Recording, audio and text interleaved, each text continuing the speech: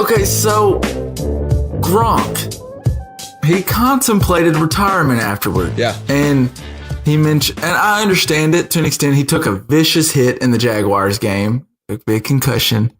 He's taken a lot of injuries lately, a back, elbow. He can't even like fully extend his arm all the way. But when the Eagle Tribune, which is a paper out of Massachusetts, reported that he's talked with The Rock and Sylvester Stallone about trying his hand in Hollywood. I've not heard that. You haven't heard that? Oh. Yeah. That came out coupled with the fact that he wasn't just 100% committed to playing next year. Would he really retire? There's no way. I don't think he'd get the roles to support that. I think that you look at The Rock and he's got a similar sort of. The Rock is the guy to look at. But he's one of the most charismatic people in the world. He's a really good actor. He's smart. And I really feel like those are three qualities that I don't associate with Gronk. And I could be wrong. I don't know the guy personally, but he just doesn't seem to be any of those three things. And I think The Rock has showed potential good-looking, athletic-built guys that if you can be charismatic and learn the acting business, The Rock has made so much money in acting, it would pale anything he's done. He's raised the standard. Speaking of money, The Rock, according to Forbes, Dwayne Johnson made $65 million last year. That's slightly more than Gronk. That's a little more than Gronk did. I think Gronk made about $12 million, which is great for a tight end or anybody. Yeah. But I want to tell you some of the roles that Gronk has played in a few movies. So he played in the Entourage movie in 2015 as Gronk. He played in a movie called The Clapper in 2017 as Gronk. And he also appeared in a 2017 movie called The Deported, which I've not seen or heard of. And his role was, in the credits, if you look, Rob Gronkowski played Party Guy Jake. So Gronk has got a type. One role. He may be typed. He's not The Rock, not yet. And he's still got definitely not a lot of time as being the best tight end in football. I understand the hits are a lot.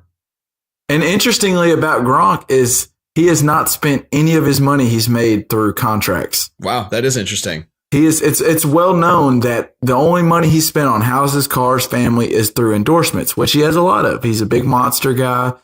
He's big in a bunch of different other endorsements. And he's only spent his endorsement money. All the money he's made through contracts is just straight in the bank, which means he has a lot of money still saved up. Yeah. But the movies aren't going to pay him like the NFL's paying him. True. If I'm Gronk and I can perhaps make it in acting, I've got all that money, or I can go take those hits and work. I would retire. Take the shot. Yeah. Take the shot, especially if you've got enough saved that you can live a little bit comfortably. Why not? Agreed to a point. If I'm Gronk, I'm going, Tom, as long as you're playing, I'm playing. As soon as you call it quits, I'm done too. Because if you watched last year, Tom Brady made sure Gronk didn't take those shots. And that's why Gronk stayed healthy until the AFC Championship when they were in need. And he started throwing up some balls that put him out to dry and he got hit. Well, and that might be the eye opener that Gronk had, is that his body is not as protected as Tom's is. And so when push comes to shove, he's on the line. So maybe that's why he's willing to not play the game anymore. Yeah. It's interesting. And another part of me thinks, is this just Gronk's agent telling him, go ahead and do this? Because when your contract rolls around, or even this offseason, the Patriots because they want him, they need him. And they'll go, well, maybe 15 million will entice you to come back instead of 13. And it might just be a way of him gaining a little extra money, which could be, by all means, the way I would think business should be run is, if they're willing to pay you for it, take everything you can get, every dime that you can get out of them. So, especially with the Gronk, who takes so many vicious hits, he needs to get exactly the highest amount value that he can get. Yeah, just like we're doing with this podcast, we're making exactly what we're worth off of it. So yeah, we're making exactly what we're worth so far.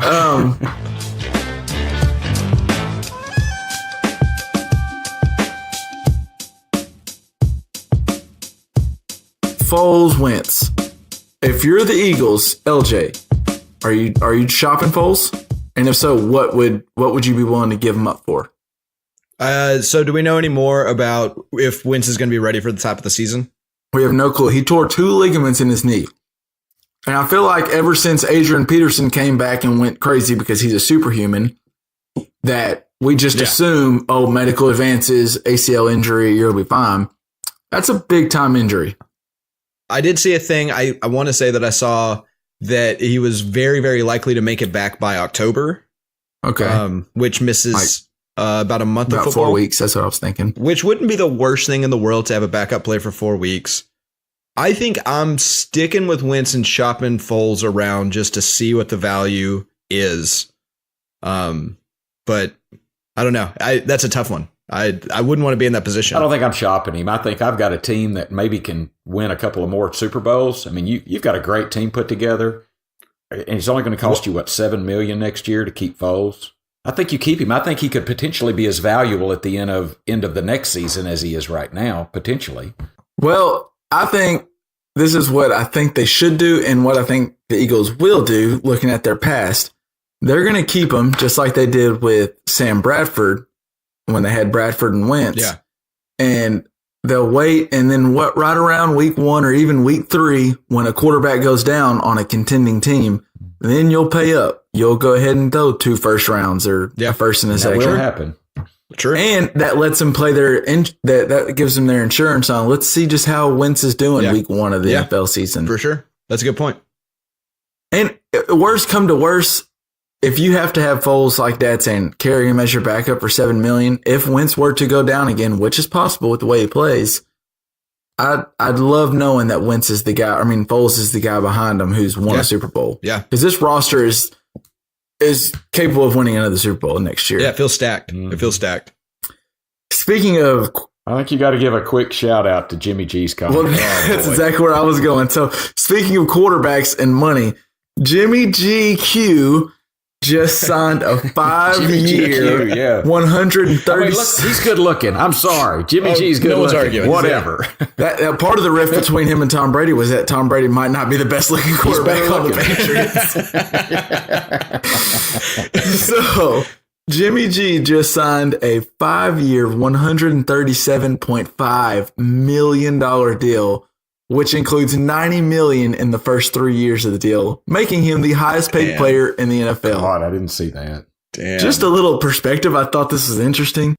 Now with this deal, Jimmy G is getting paid $52 a minute, $3,000 an hour, and $75,000 a day. Close to what we're getting paid for this podcast. So, and now wait, is that every day or is that during football season? 7 days a week, 365 days of the year, including leap every years. day. Yeah, every day. That's every How day. much of that is guaranteed? Does anybody know yet? I was looking that up this morning. I couldn't find anything on guaranteed money. Because we do see sometimes that'll pop out where someone will sign this absurd contract. I think Kaepernick might have. Yeah. Where we're just like, what a contract. And then we find out like 3 months later, but they can cut him after 6 weeks or something. Donovan McNabb. Exactly remember? who I thought it was. McNabb signed like a 3-year, $70 million deal. But then all of a sudden we figured out if you cut him before the start of next season, he's only going to get $5 million of it.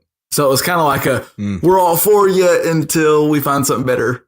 And you're gone. And we did. But I think the Niners are all in on him, though. I think that's he's the guy. Before we got on to the rest of the quarterbacks, me and LJ were talking about this through text earlier this week. I love the stability that the 49ers have since Lynch has got there as GM. Lynch is young. Kyle Shanahan is young. And what him and Garappolo, they went 1-10 before Garappolo came in and then won 5 games straight. And he fit in seamlessly with their receivers and running backs. I love what they're doing. And they've drafted good defensively. Like last year, they traded down to get Reuben Foster and Solomon Hill out of Stanford. I mean, I just love what they're doing. When they've got some success out of some people that have not found success, like Marquise Goodwin. Right. They've been doing a great job of putting together a team that flows very well. I think not only do I trust that group to put together a good team, but also that would be a really attractive spot if I was a free agent. No doubt. Of any defense or receiver, running back. I mean, they got a young quarterback who's locked up for 5 years. And interestingly, that might be a bargain contract. I know that sounds crazy right now, but Breeze is up this year and he's going to get paid.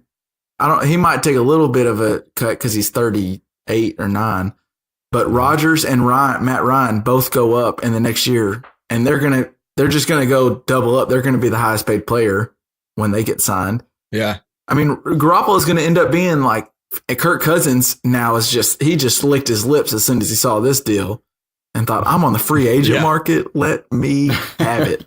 Yes. The 49ers, basically what the 49ers had was we can tag him and see if he's really worth it, or we can give him this money. And because if they tag him and all of a sudden Kirk gets paid, Rodgers gets an extension, Russell Wilson gets an extension, he's going to ask to be the top paid quarterback, which he just got.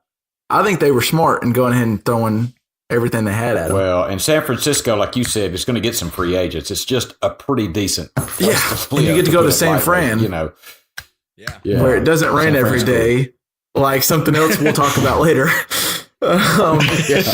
So the Redskins traded for Alex Smith and gave a 34-year-old $94 million, like 60 plus guaranteed, but they wouldn't pay Kirk Cousins. Does that make any sense to y'all? No. How long was his contract? Alex Smith's, yeah. I believe it was. You said 94 over. I believe it was 4 years, 94 million. I believe. I would have paid Kirk Cousins. I mean, I don't think he had the year this past year as he had, but I would have paid Kirk Cousins. I don't know why they're not high on Kirk Cousins, and they would know. If anyone knows, they see him every day. But they weren't willing to pay that. Well, money. And maybe it's a discrepancy between Dan Snyder and the coach or something like that. It could be a Patriot situation where they're just disagreeing about what he's worth, and someone's trying to keep him around, someone's trying to get rid of him. Just throwing this out there, I feel like it was just another chance where Andy Reid gets to stick it to Dan Snyder because he's the one who gave him McNabb he fleeced them for that deal, and McNabb sucked, and now he's giving him Alex Smith. There's a reason Alex Smith keeps getting the 49ers replaced him. The Chiefs were fine going to a younger guy. There's a reason why. He's just okay. He's the safe girlfriend, I mean, he's well, and don't the Chiefs have they have a playoff contending team, and they just gave up a solid quarterback for a second year guy next year. And the Chiefs mindset, I kind of get it because you know what you're getting with Alex Smith. You're going to win probably the division. If not, you'll be right there. You'll win 10 to 12 games, which is great. I'd sign up for 10 games for the Cowboys next year right now. But when Alex Smith gets against Tom Brady, they're going to blow the lead again. He just can't go. He can't duel with another stud quarterback. To me, he's good. But that's a lot of money to guarantee him. And I think Kirk Cousins is like, you know what? I just got over $50 million guaranteed in the last 2 years, and he's about to go sign a deal that's at least as much as Jimmy G's, if not more. Because now people are bidding on him. Yeah. Which kind of gets me into the next thought is LJ's Broncos are going to be one of those teams going after him. Another team I'm hearing is the Vikings, which kind of interests me. Yeah, I think he wants to Minnesota. The Vikings.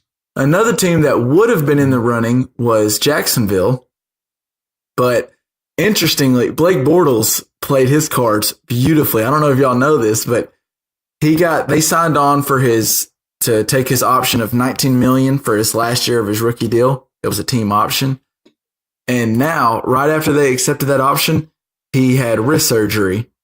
So now they cannot cut him before there's like a deadline they can cut him and at least save some of that money. They can't cut him unless he's cleared to play medically. He won't be cleared to play by the deadline. So he's got his money regardless. Wow. So, and they'll have the money. If they want to go get Kirk Cousins, they still can, but Bortles is still making his. I mean, are the Vikings really looking for a quarterback, though? I don't know if you listened all year. Zimmerman was never sold on Keenum. Every week he was like, well, we're going to see how Bridgewater's healing. We're going to see how Bradford's knee's feeling. Like, he never just gave him a vote of confidence. But aren't both of those guys looking like they're going to be back next year, though? It goes back to what we talked about with Wentz. I don't know. The way Bridgewater tore that knee up, it's just never know if he can be the same. True. One, can his knee repair? Two, in his mind, can that? Just knowing that. I think that's the big thing. That can happen on any given play. That's the big thing. But I think that Didn't during the Super Bowl they showed shots of, I think, Bridgewater maybe in full uniform, ready to play if he needed to, right? Yeah. Yes. So Zimmerman even mentioned, and they kept like what Bama did. He was like, if we need to be more explosive and we're not explosive in the first half, we have Bridgewater ready to go. Yeah. In the NFC Championship, which tells me he was never sold on Keenum. Yeah. But with that in mind, I think that would imply that Bridgewater is going to be physically ready. The question is the mental thing. I think what John Elway will decide that I need to go ahead and spend my money, get a quarterback. I have everything else in place. Well, but a quarterback. They're willing to drop some people for a quarterback. I think Talib, Demarius, and Emmanuel Sanders are on the trade block right now, seeing what they can get out of them. I mean, apparently they were shopping Talib and maybe a pick for Alex Smith. So I mean, they're you're saying, to make some moves.